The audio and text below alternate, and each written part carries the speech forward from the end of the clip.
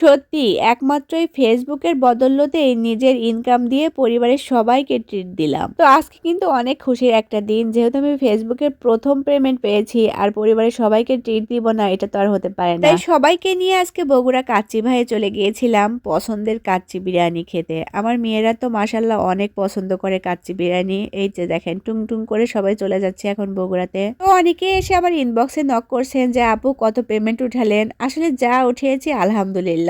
তবে আপনাদের একটা কথাই বলতে চাই, আসলে কষ্ট করলে কেষ্ট মেলে, কথায় আছে না, এটা কিন্তু সত্য। আপনারা যারা ধৈর্য ধরে এখনো লেগে আছেন, ইনশাল্লাহ ভালো কিছুই হবে। অনেকেই আবার জিজ্ঞাসা করছেন যে আপু আপনি কি আগেও পেমেন্ট উঠিয়েছেন। আমি আসলে সবার উদ্দেশ্যে বলতে চাই, আমি ফার্স্ট টাইম পেমেন্ট উঠালাম। আমি তো বিশ্বাসই করি নাই কখনো যে আমি ফেসবুক থেকেও ইনকাম করতে পারবো। ইনফ্যাক্ট আমার যেদিন ব্যাংকে টাকা ঢুকেছে সেদিনও কিন্তু আমি বিশ্বাস করি নাই। আমি মনে মনে বলছিলাম যে আমি এই টাকাটা হাতে উঠাবো, তারপরে বিশ্বাস করব।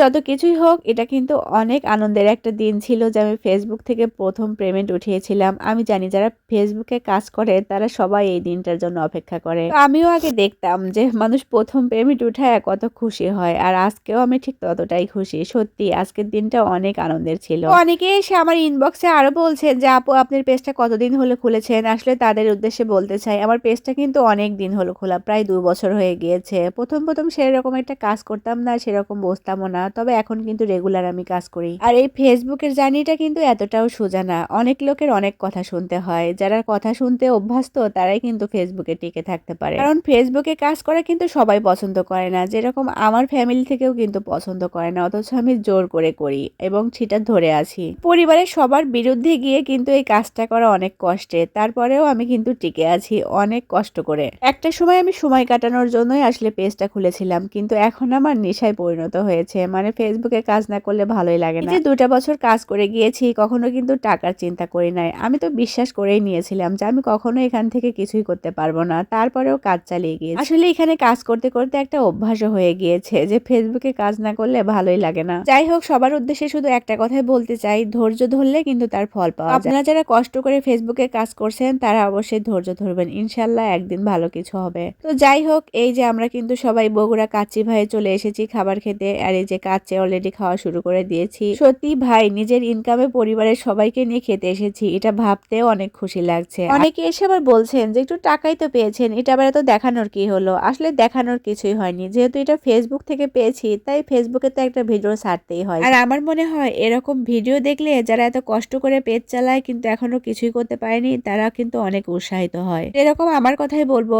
আমি কিন্তু আগে কিছুই পাইনি, আর মানুষের যখন দেখেছি তখন কিন্তু নিজের উৎসাহ বেড়েছে। যাই হোক, যারা ফেসবুকে কাজ করেন অবশ্যই কিন্তু কষ্ট করে ধৈর্য করে লেগে থাকবেন, ইনশাল্লাহ ভালো কিছুই হবে। ভিডিওটা এ পর্যন্ত, সবাই ভালো থাকবেন। আল্লাহ হাফেজ সবাইকে। আসসালামু আলাইকুম।